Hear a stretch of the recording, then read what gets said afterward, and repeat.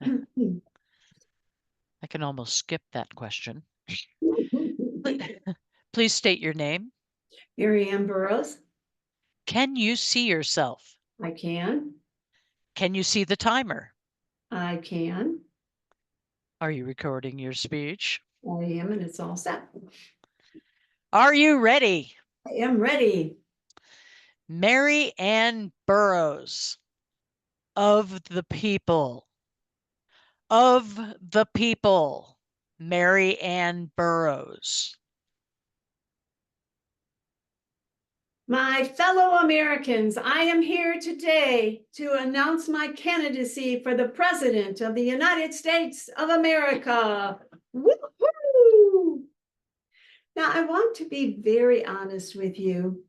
I've not always been that involved in politics.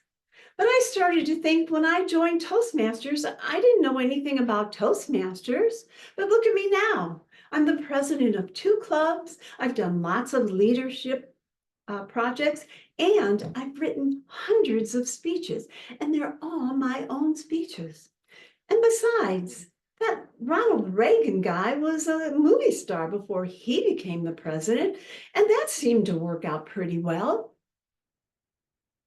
Well, I'm the kind of girl that whenever I decide to commit to doing something, I make sure I know exactly what I'm getting into. So I began by looking up the word politics in the dictionary. Politics means support your party. Well, I love parties. I've given loads of parties and I've been to many parties. Maybe this isn't going to be as hard as I thought.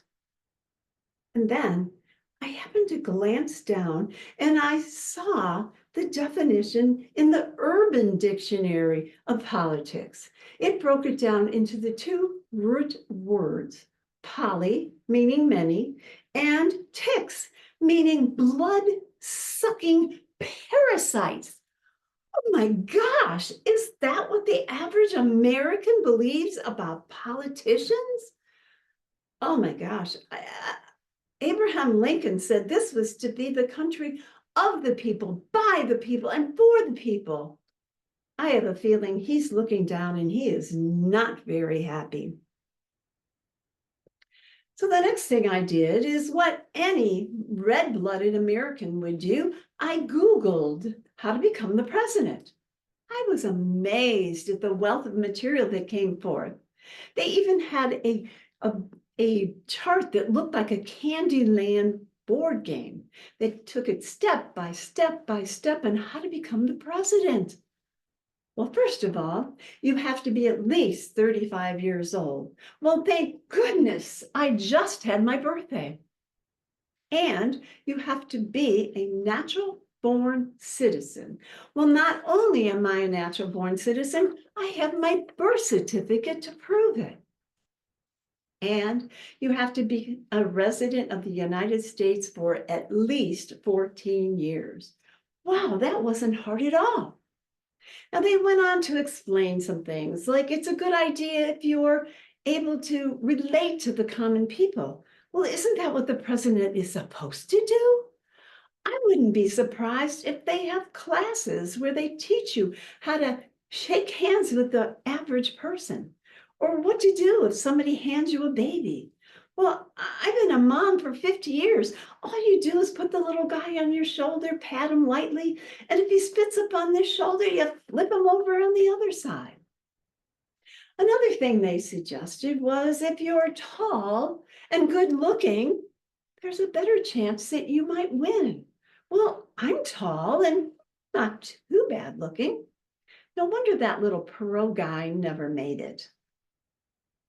They also went forth and explained that you wanted to have some ideas of what you want to present to the American people so that they would want to vote for you. So I started with the idea of I would like to send out a questionnaire to all my fellow Americans so that they can let me know what the government can do for them so we can work together to make this a wonderful country. And number 2, to then we know that we have this focal point of being positive and being encouraging and giving feedback to other people. And so I believe we need to give back to the hardworking people of this country. In fact, most of Americans work 40, or excuse me, 50 or 50, 51 or 52 weeks out of the year. I believe that we need to give back to these hardworking Americans. And so I proclaim that we will have 50% off on all travel to allow these hardworking Americans have time with their family. And finally, when government officials run for office, they always talk about tightening the belt of inflation, lowering the taxes. But as soon as they get into office, that goes out the window. When I become the president, I am going to hire a friend of mine who just became a declutterer, and we're going to go through every single government expenditure through the lens of, will this aid and abide the fine people of this country? If it doesn't, it's going out the door. It's time to clean house, and I'm the girl to do it. I started to think, when I become the president, my husband is going to be the first man. Well, I wonder if I can have him, if he would change his name to Adam, then I could run as Eve. But most of you know my name is Mary Ann. My initials are M.A. Ma, Mama, Mother. I want you to think of me as the candidate that's here to take care of you and to watch your back and to make this country a fine country, as Abraham Lincoln started back all those years ago. So when you go to the polls this year, my fellow Americans, be sure and vote for Ma. Madam Contest Chair.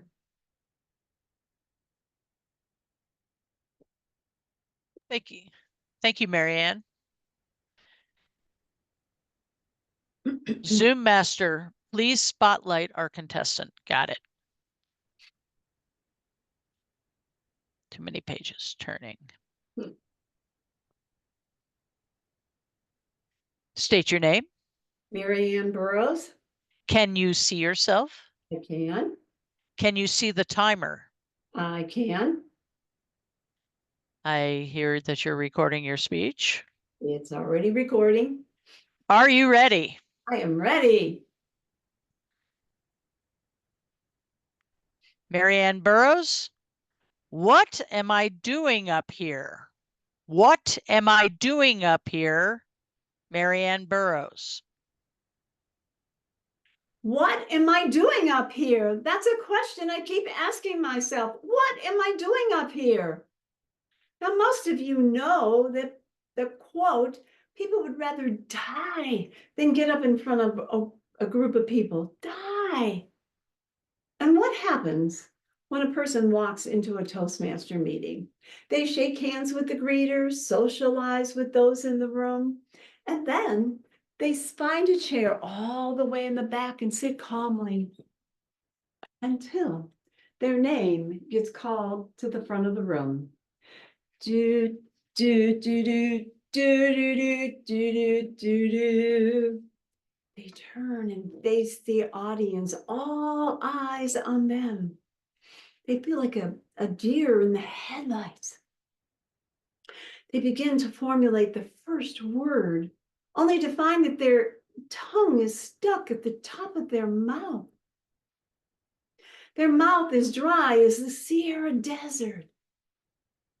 Then their knees begin to buckle, and they grab a hold of the lectern, and the lectern says, "Please, please, what have I done to you?" As they give it the death grip. Finally, the speaker calms down just a little bit and tries to formulate that beautiful speech that they just gave to their family members last night to perfection. Only today, mind is blank. What happens to people who come to the front of the room in Toastmasters? Is there an alien ship that hovers over Toastmasters meetings and sucks out their brains? The speaker doesn't know what to do, so she just begins to say anything that comes to mind, anything to appease the silence in the room. And after a few minutes, she remembers they suggest coming out from behind the lectern, so she takes 2 timid steps to the side. Now she feels like she's naked on public square.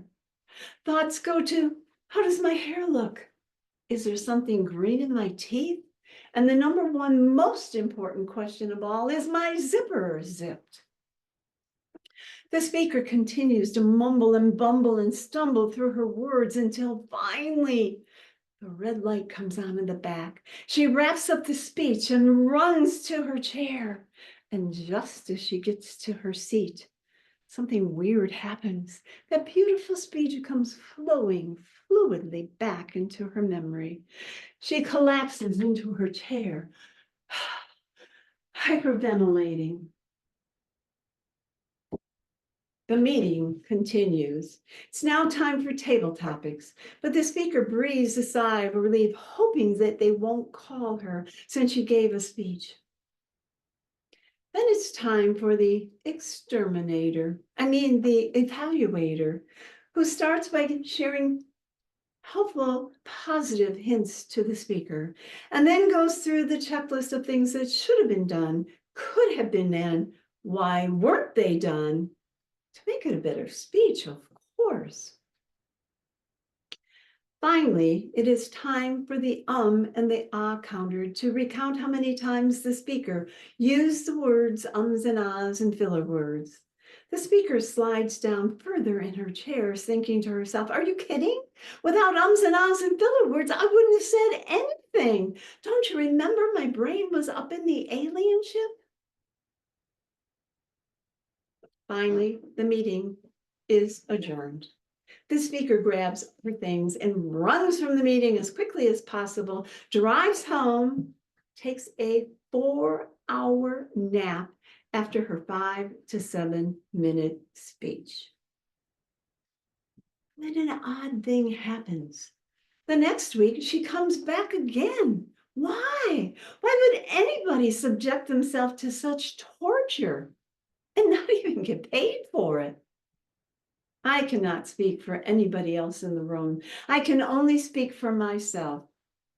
You see, I never in a million years ever thought I would become a Toastmaster. I had many friends that encouraged me to become a Toastmaster.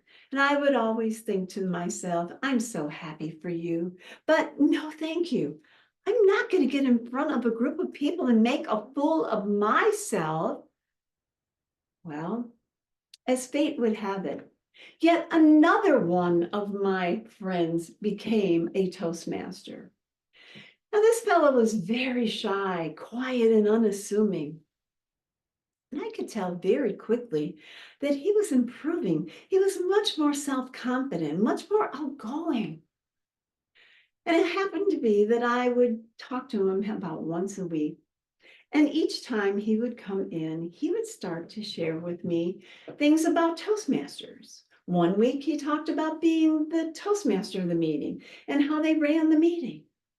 The next week he came in and talked about the evaluators and how they evaluated the speeches. And then one week he came in and talked about ums and ahs and the counter.